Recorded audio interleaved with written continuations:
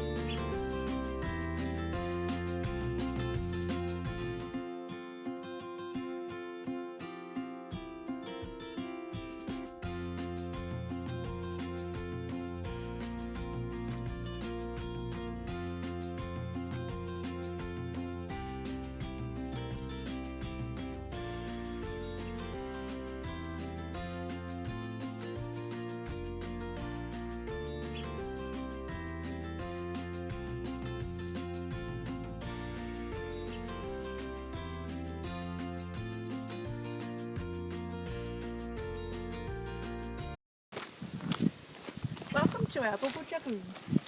Come on in. Cath and I don't claim to be STEM experts. We are practitioners, teachers and educators working with children. Firstly, I would like to acknowledge the Aboriginal and Torres Strait Islander people were the first scientists, the first to invent and use technology, the first people to use engineering principles and the first mathematicians. STEM isn't just the 4 content pillars. If you do a science experiment, it's just a science experiment, or a maths problem is just a maths problem. STEM is about thinking differently, linking between the 4 to make it STEM. Throughout this presentation, nature is at the forefront of the definition of STEM. Dr. Claire Warden says nature is at the root of all science. Today we will share our nature classroom, Bukul Jagoon, meaning special land in Bundjalung, and share how we use bush foods in the context of STEM learning in our service. We had the opportunity to develop a nature classroom in the most beautiful bush setting in northern New South Wales. This led us to become co-learners with 11 children. We hope that our experience may give other practitioners the confidence to develop their own nature classroom. Now all of this didn't just happen. We didn't just walk out in the bush with 11 jarjams and set up shop. We had a big idea and we set about making this happen.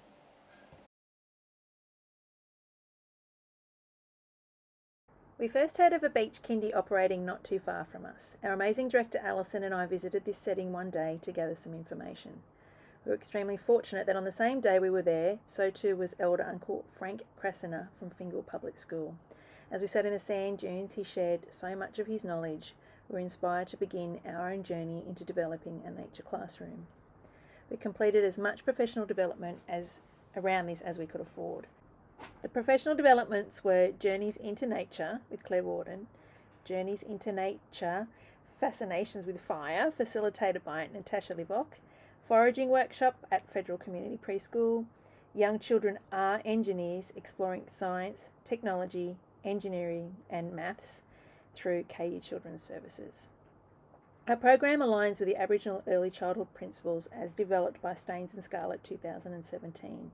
Principle 1, Respect of and for Aboriginal people and their diverse cultures. Principle 2, Culturally responsive and resourceful. Principle 3, Children thriving. Principle 4, Embedding practices in and in between. Principle 5, Anti-bias approaches. We were, as suggested, able to weave these principles into our program. We visited Minyamai land holding the traditional summer camp of the Bandjalang people. The rangers took us for a walk through the bush and we sat around a fire together to listen and learn. We began to develop relationships and partnerships. We took our families on this journey into nature. We wanted to share with them the benefits of children learning in a natural setting, tapping into the skills of our community. We used a children's book called Nana's Backyard, written and illustrated by a local artist, Wendy Roberts, as the impetus. In the story, Wendy, aka Nana, takes her grannies to a secret beach location and they discover many beautiful animals together whilst on the track. So together, educators and families walk the track to the beach in the story to spend a winter's morning immersing ourselves in the beauty of this country. We have foraged in our local park for lily pillies, paper bark, flowers and plants to weave and to use in our creative arts. We studied the birds, bees and butterflies which visited our space, making journals and logging them using apps such as the Great Aussie Bird Count.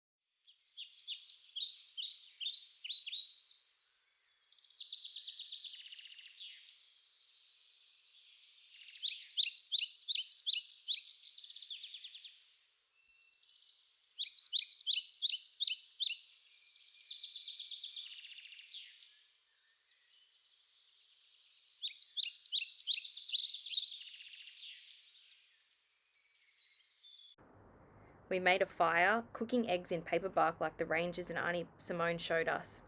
My pop used to eat guinea eggs, swan eggs cooked like this, wrapped in wet paper bark to steam over the fire. He said we were only allowed to take one egg from each nest, to push it out of the nest with a stick to not leave any human scent on the eggs left behind. We were guided by the Bandjalang Seasons calendar developed by the Minyamai Rangers to expand our knowledge of the interconnection of people, plants, animals and the sky. The calendar is a tool we use to teach children, families and educators to look deeper, to understand.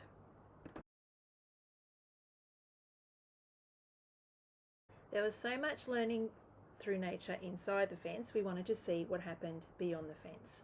Journeys into Nature training with Dr. Claire Warden equipped me with all the tools to begin. We studied risk and play, tools, real tools and how to use them with children, floor books for documenting learning, following lines of inquiry, risk-benefit assessments, and lots of them, and of course, information about STEM in a nature classroom. We have been including local Aboriginal knowledge and languages for many years. This has happened as we have formed partnerships within our community. I am a holder of language. I am the cultural advisor as well as an educator in our service full-time. My family works as rangers at Minyamai Landholding. My mum, also known as Auntie Simone, is an elder and is the AEO at the local K-12 school. Cath's husband Craig, an Aboriginal man, teaches there also. The children call him Uncle Craig. This partnership continues to grow from strength to strength. Everyone has buy-in to our program. Our children have buy-in too. Each morning as we recite our acknowledgement of country, we pledge to care for the land, the animals, the plants and each other.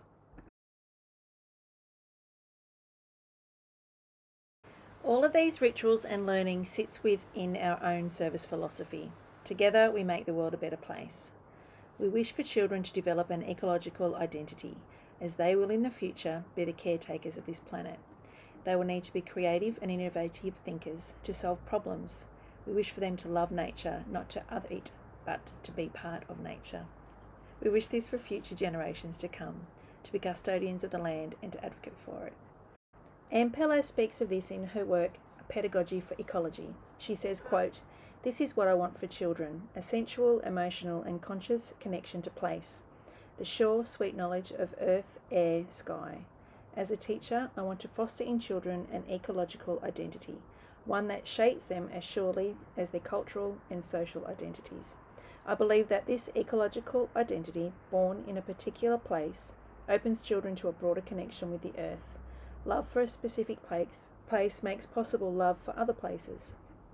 An ecological identity allows us to experience the earth as our home ground and leaves us determined to live in an honourable relationship with our planet."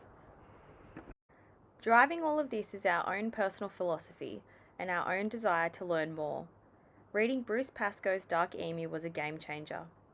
His book has challenged us to want to learn more about ancient knowledge in our country's history before colonisation. There is potentially 80,000 years to discover. As educators, we know that being in nature has many benefits for children's development and well-being.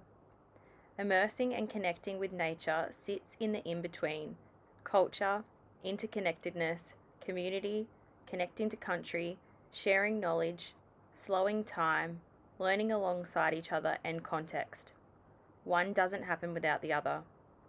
Bruce Pascoe talks of in-between spaces in relation to Bayami the Creator, which resides in the Milky Way. Quote, "European astronomy uses constellations of stars to tell a story, but sometimes Aboriginal Australia uses the darkness between the stars.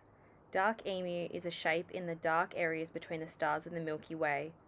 It's a different way of seeing." Page 7. We acknowledge the in-between, the ancestral knowledge that we are gaining.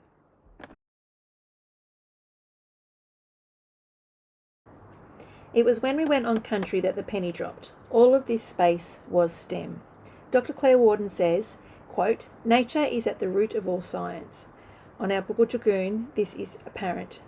We didn't set up STEM experiences there. We didn't need to. It was already there in every part of every learning experience. It's all interconnected. It isn't separate, it is intertwined. STEM, culture, learning, community, and ancestral knowledge. We just had to reach out, and it didn't take very long."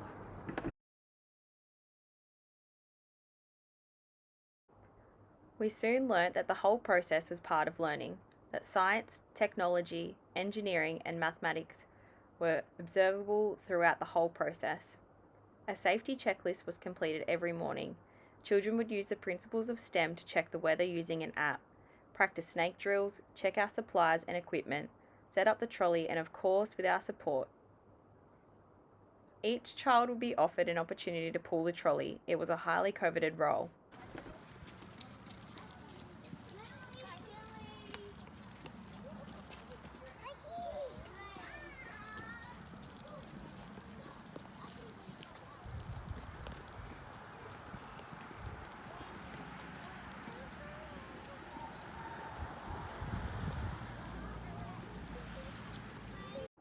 All of this routine and preparation was an opportunity to talk and discuss risk and risk-benefit. We walked 600 metres to the site. This walk was full of experiences of STEM learning.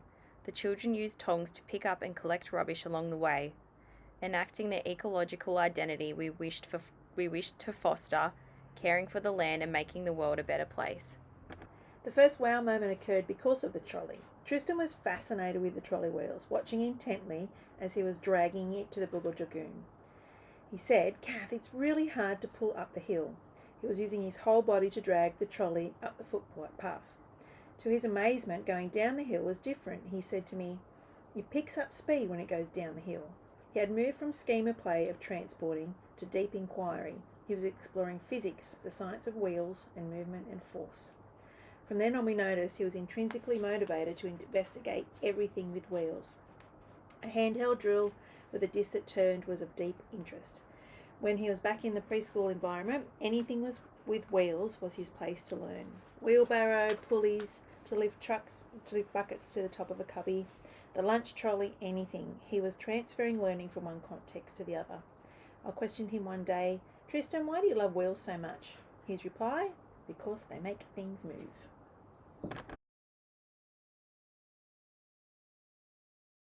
When we arrived at Bulguljagoon, we started the day with acknowledgement of country led by the children. They knew this already. We start each day at preschool with our acknowledgement to country and special land song. The difference was Kirby or Auntie Simone would sing out to the spirits and let them know who we are and tell them why we are there. Tell them we are good people, that we will look after the land and not take anything with us when we go. Lily told us, "We say it for our land, our animals, our plants. We say it to look after each other." Jojo said, "We say it for the sun to shine on us." Sunny told us, "And Kirby does an acknowledgement in Banjalang. It sounds funny, but we don't laugh, we be respectful." Initially, the children began to explore their new space. With gusto, each in their own way. Some ran and ran and ran all day. Others moved objects to create a space. Some moved more quietly, and others stuck pretty close to us. The early years learning framework tells us a sense of place, of belonging, is imperative to children becoming confident and involved learners. On page 32 it reads, "A sense of security and sound well-being gives children the confidence to experiment and explore and to try out new ideas, thus developing their competence and becoming active and involved participants in learning."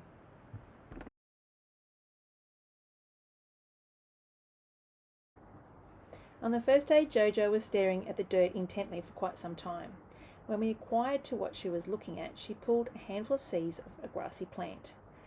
"Wow, they are our Banjalang seeds," she said. "We put them in the dirt to grow." And so she collected her water bottle to water the seeds into the earth. We decorated the entrance to our space with interesting artefacts we had found. We added these to the entrance throughout the program. After the first few weeks sitting on the mat to eat, the children decided we needed seats to sit up a bit higher. They worked together to carry large logs to set a space around the mat on the ground. Each log was carefully measured in length, and the children sitting on them 2 at a time to be sure there would be enough space in the circle for everyone. Some logs were quite heavy, calling on each other for help. They worked collaboratively in pairs, 4 or 6 children to carry one log to the space they were setting for meal times. Applying STEM in context is tangible. Learning makes more sense. Dr. Claire Warden says this is real-world learning.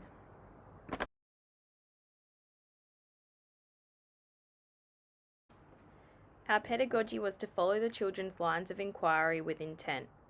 We were amazed at the learning in the subtle moments, the moments of awe and wonder.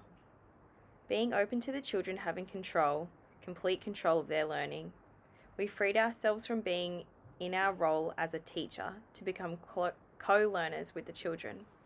As adults, we were there to keep them safe, but as learners, we did this together. Every experience was brand new to all of us.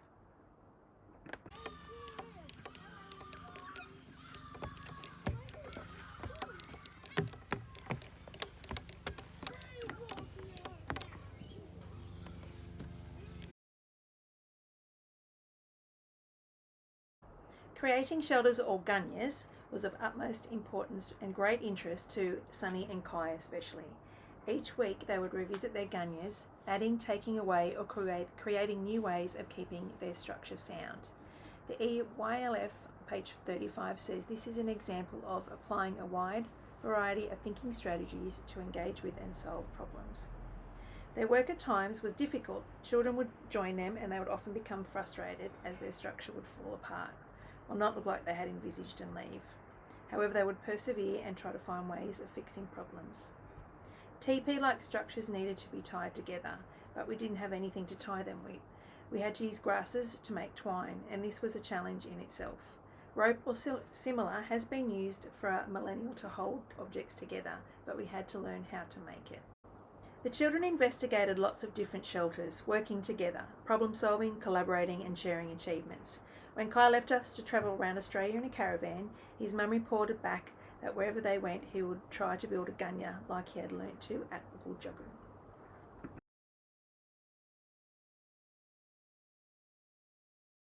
With tools added to the children's structures, they became more skilled. Cath went through each tool in our toolset, teaching and demonstrating to the children safe methods of use. They are tools, not toys, was our repeated safety reminder. We established a blood bubble, a thick red rope. If you are in the blood bubble, you can be injured. You have to be invited to step into the blood bubble, and the correct PPE, including gloves and safety goggles, were provided. Correct posture was taught, and asking questions like, is your body safe? Are you too close to the others using the tools? Whittling away from your body at all times. The children set their own rules during risk-benefit assessments. For example, using the hand saws and how to minimise risk, Bronte told us, only saw or chop dead plants, not living plants. That hurts them a bit. Grace said, carry the saw facing down at the ground. Tristan told us, make sure your eyes are open when you saw. If you saw with your eyes shut, then you will lose a toe. The benefits of sawing included, Jojo told us, you get to see this inside of the branches. They are all different inside. Grace told us, you learn how to cut things and be safe. Gracie was particularly interested in the tools. She would saw all day, using her determination and persistence to cut through a log or piece of found timber. Often the other children would tire, but not Gracie. She would persevere until she was satisfied. Lily used a measuring tape to measure lengths of wood. She wanted the piece of wood to be as long as her. As we measured her height, the other children also wanted to know how tall they were. After recording all of their heights, we discovered that all 11 children were very similar in height, with only a centimetre separating them. Did you find any? No. Find any what? Look, it's that long. Pine cone. Look, that's how long it is. What's the number it says? 8. No, that. 7. No, now put train that number up to there.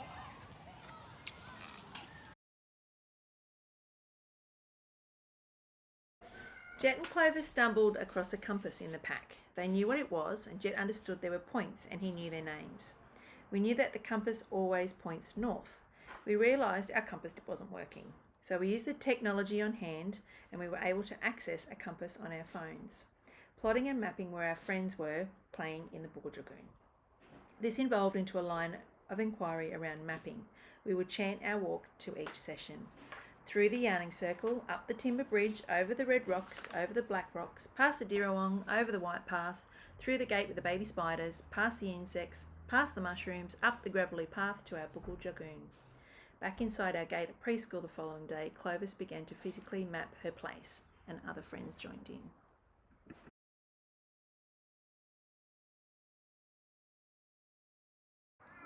We discovered holes in the ground, and the children wondered what were they? Maybe an animal made them, Gracie thought. Maybe a kangaroo standing on his tippy toes made the tracks because it was looking for a baby kangaroo. Sunny said, I'm not sure, but they do look like dingo tracks, and Tristan began to sing our morning song, Nagam with their nagam, which translates from Banjalang to dingoes with their puppies. Using technology, we introduced motion detection cameras to capture the visitors. There are a number of motion sensors set on the school's Nullingar Yaroon, everyone's track. Once the children discovered where they had been set up, they would pull silly faces into the camera. We wondered what the teachers of the school thought about these images. However, this in itself is a STEM learning moment. They remembered where the cameras were in all of the bush.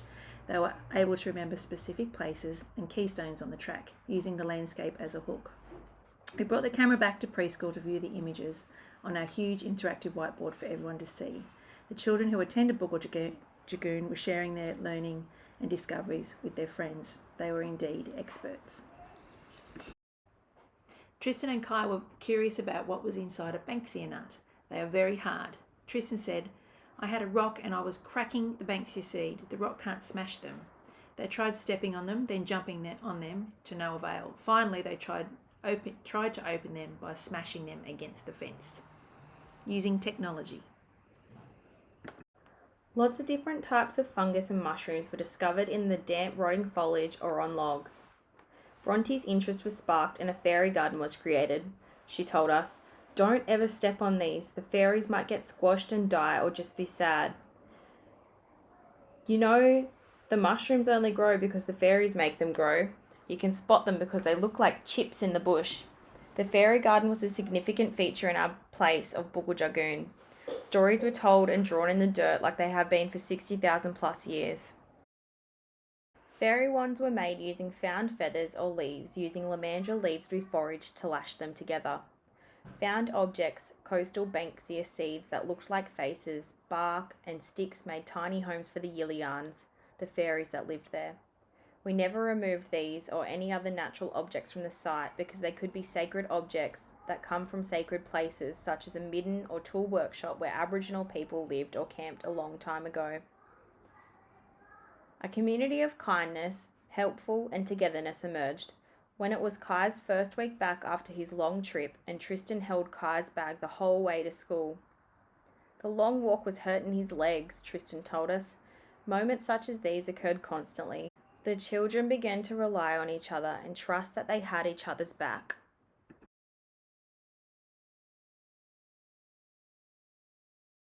Learning, as we know, doesn't happen in isolation.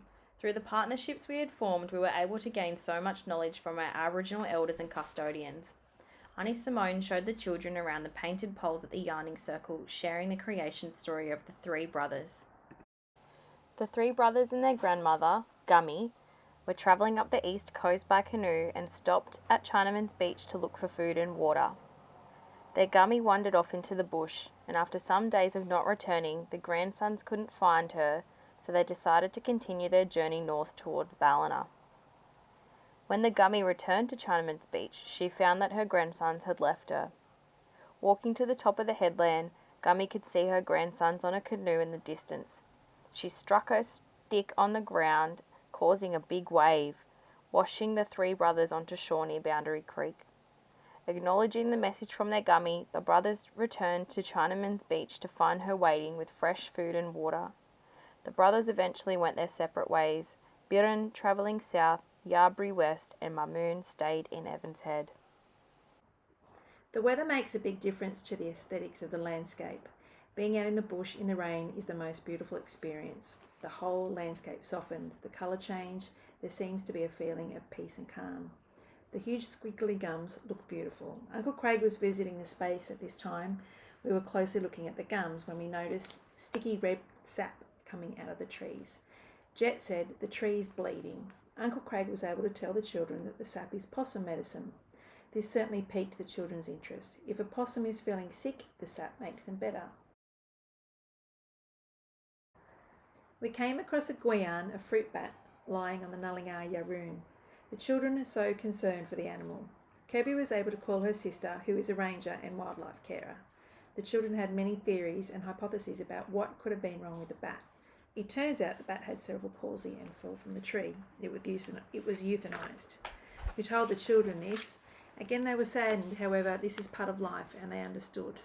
There were some quiet moments.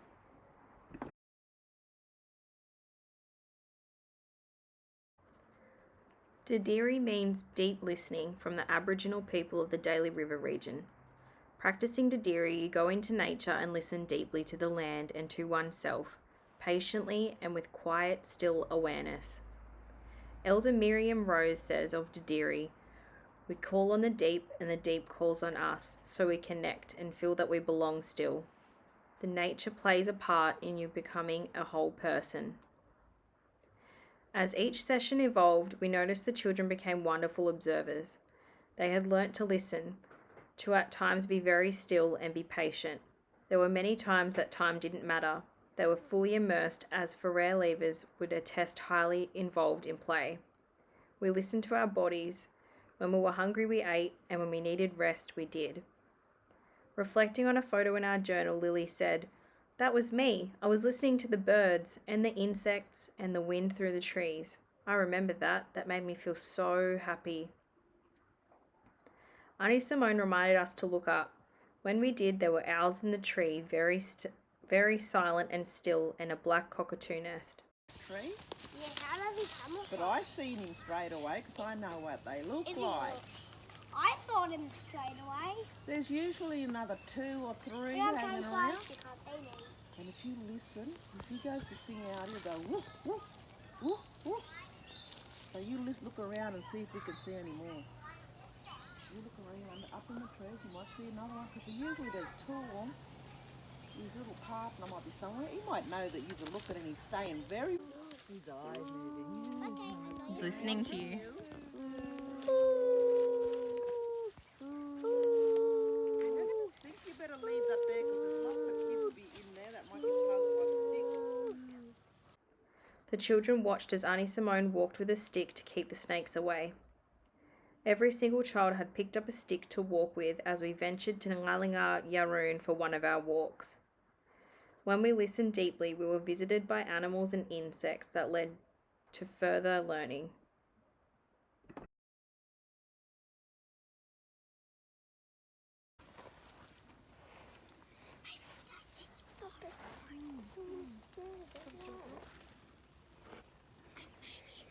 So you don't want to get too close until there's animals inside, until there's big animals in there, until I know these things. Great. So you think there's possums, Lily? in there. What do you think's in there, Clovers? You know there's little birds around, so they find there, the home. Do you know I have one of those at my house? What lives in there? I've got one of those at my dad in the cow paddock. At my dad. How, Yui? What happened? Oh. What?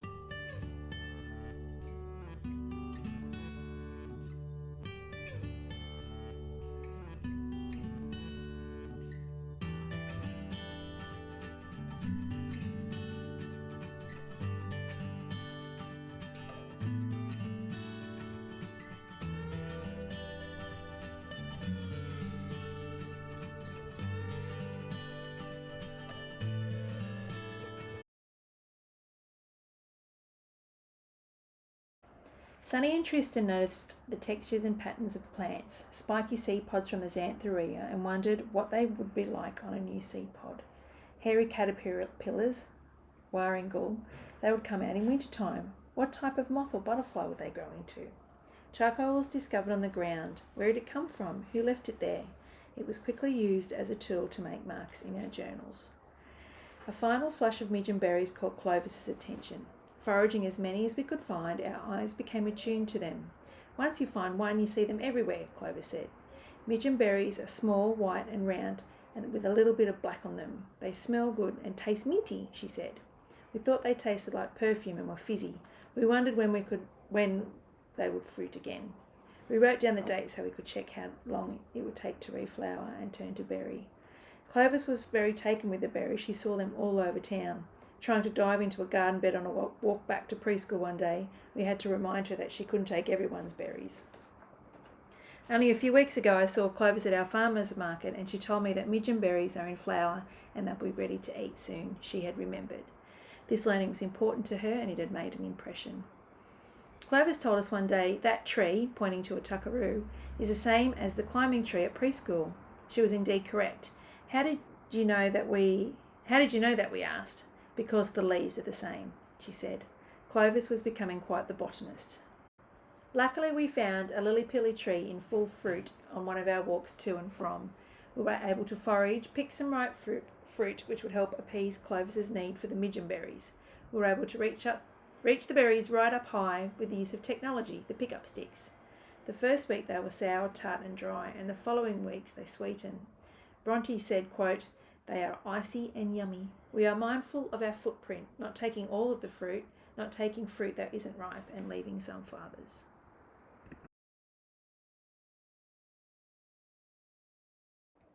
It was evident the children were making connections between the experiences, concepts and processes. EYLF, page 36. Concepts and processes that they had learnt in the bush as they were bringing them back to preschool to teach the other children. They were becoming more competent, confident and autonomous. Sociocultural theorist Lev Vygotsky explains this as the zone of proximal development, the distance between the actual development level as determined by independent problem solving and the level of potential development as determined through the problem solving under adult guidance or in collaboration with more capable peers. Vygotsky, 1978, page 86.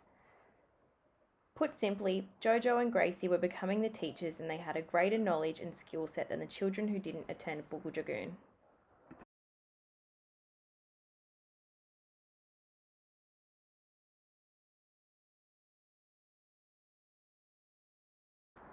Late November last year, our community was under threat of bushfire for many weeks. We had family lose their homes or other buildings on their properties. Our service was closed a number of times due to imminent threat of bushfire. We had to cancel the last nature classroom due to smoke and the risk for children's health, as our air was thick with bushfire smoke. The bush behind the school was bulldozed to create a fire break. The children were concerned about Bukuljagoon, real concern. Clover said, "I hope Bukuljagoon and the animals are okay." When we went back to film this week, we were relieved to see the trees and plants are growing back. Sadly, the fairy garden has gone. It is important now more than ever that we listen to Aboriginal knowledges to care for our land. There is so much more we could have shared about our Bukuljagoon. There was music, games, climbing trees, dance, dramatic play, lots of dirty happy faces and very tired jarjums.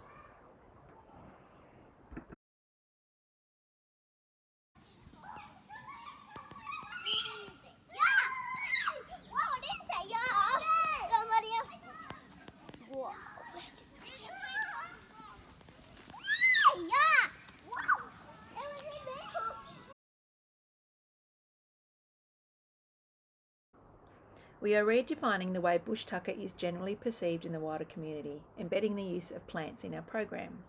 Bush food is more than just something you eat. Acknowledging the interconnectedness that plants, all of them, play in STEM learning in our setting. Sitting on the beach with Uncle Frank, as I mentioned earlier, he spoke of the traditional uses of plants. He told me there were primary uses. They were food, textiles, medicine, weapons, tools, and for structures. We had been dabbling introducing Australian plants for some time. We gave the garden an overhaul and planted out using plants which are endemic to our area.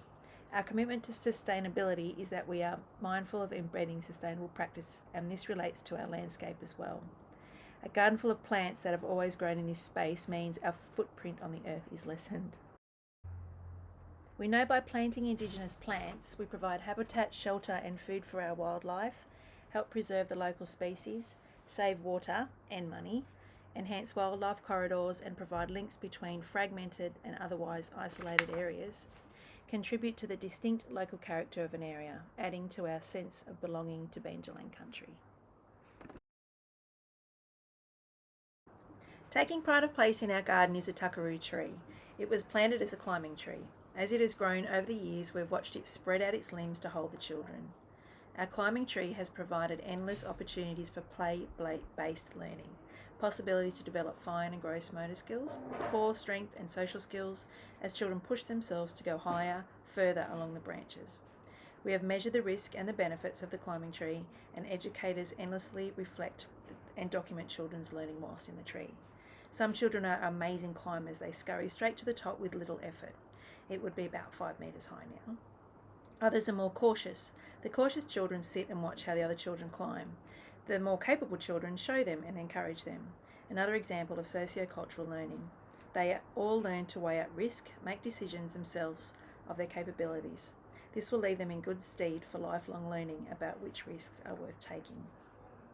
The tree has been home to many critters, some visiting, some have taken up residence. We've had an infestation of stink bugs that needed to be attended to, and had to solve this problem keeping sustainable practices in mind. We didn't want to use poisons or chemicals. It turns out if you just blast them with a hose, they don't like it. We've had many black ants make homes in the leaves, and the children know they will sting them, so they keep their distance. It is all learning. A very gracious tawny frogmouth flew in one morning and stayed all day. We were all excited, and the children knew to be quiet and still. The children have watched many cycles of the tree. Sometimes it seems to grow overnight. We watch the long yellow flower buds appear and the beautiful flowers develop. It is often covered in bees, and the children know to stay away. The bees need the nectar, and sometimes we have to share. Once the flowers are finished, the seed pods appear. They are often gathered and used throughout every learning environment, inside and out. I recently discovered that you can eat part of the fruit when it is bright orange. The children learn alongside the tree, like they are part of it. There have been times when the limbs have been broken or damaged, and we teach the children how to fix them, and usually they take ownership. They learn to interact in relation to others with care, empathy and respect, and become socially responsible and show respect for the environment. 2 outcomes of the early years learning framework. Often when children come back to visit us, they tell us the thing they miss most about preschool is the climbing tree.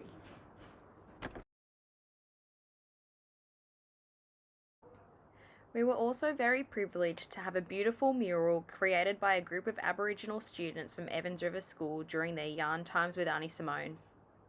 The mural contains Banjalang stories of the interconnectedness of country with songlines. Teamed with the Banjalang Seasons calendar, we learned to take more notice of our surroundings and the cycles of life and seasons. Sitting in the yard last week, watching the yellow butterflies flutter about, we noticed the lily-pilly tree was in full cycle. There were flower buds, fuzzy flowers, unripe fruit, fruit fully ripe, and fruit which had fallen off the tree. The tree was covered in bees, European honeybees, and the little bees that have always lived here. The yellow butterflies we were watching signal that the mullet are on the run and are fat and healthy and ready to hunt and eat. We tasted the bush lollies, the berries of the lily-pilly tree, not to everyone's liking, but a sensory experience all the same. How does this sit underneath the banner of STEM? We use technology afforded to us accessing the Banjalang season calendar to find information. We search the internet to discover the names and images of the butterflies and bees in our tree. Encouraging bees and butterflies and other pollinators into our garden means they need homes. We have a hive for tiny gabar, and with the help of the Evans River K-12 School to Employment Program, STEP, we made some insect hotels using a variety of found and grown natural objects such as bamboo and pine cones. The insect hotel hangs on our fence covered by an alamander vine. It is not uncommon to see numerous types of bees in our garden, including bright blue carpenter bees. We have plotted and mapped where the bees visit in our garden, discovering their different attributes, their scientific names, etc., etc. So much learning. The insect hotels offer a safe haven for many other insects, not just the bees.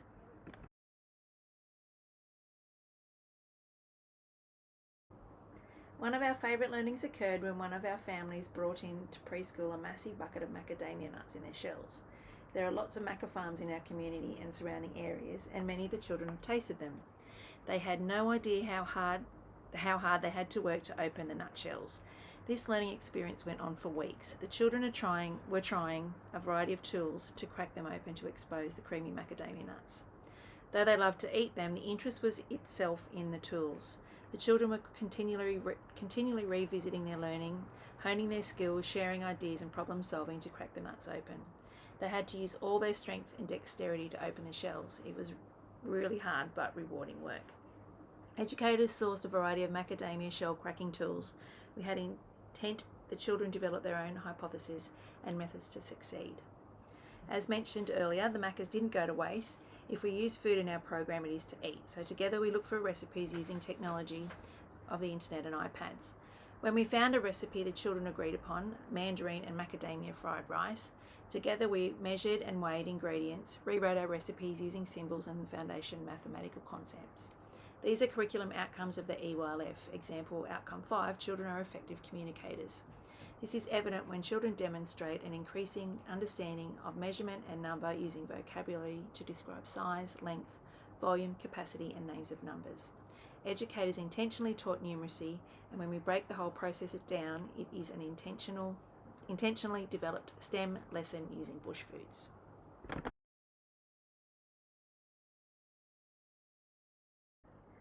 Australian plants were also used as a provocation to gently and respectfully talk to the children about Sorry Day. We planted an Australian hibiscus on Sorry Day. This plant is a symbol for the stolen generations as they too are scattered throughout the country, and it also represents resilience.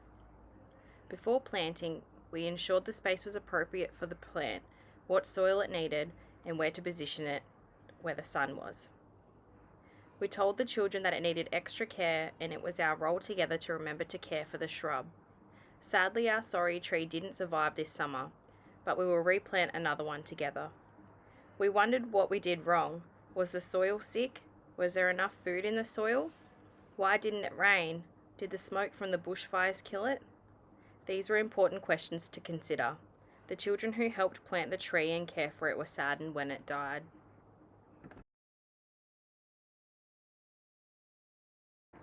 Karen, one of our educators, expertise lies in her ability to develop intentional teaching around sensory experiences. She brought in some amazing smelling lemon myrtle leaves, which the children proceeded to chop up with scissors, releasing the beautiful aroma. We steeped the leaves in boiling water, then cooled it in the freezer to make a delicious lemon myrtle cordial. For the next week, the children would ask if there was any more of the cordial for them to have with their lunch. We developed a new after-rest tea time ritual using lemon myrtle and lemon tea. After rest time each day, we would come together to share a cup of tea. As it is the beginning of the new preschool year, this ritual has helped us to get to know each other a little better as we yarn and sip our tea.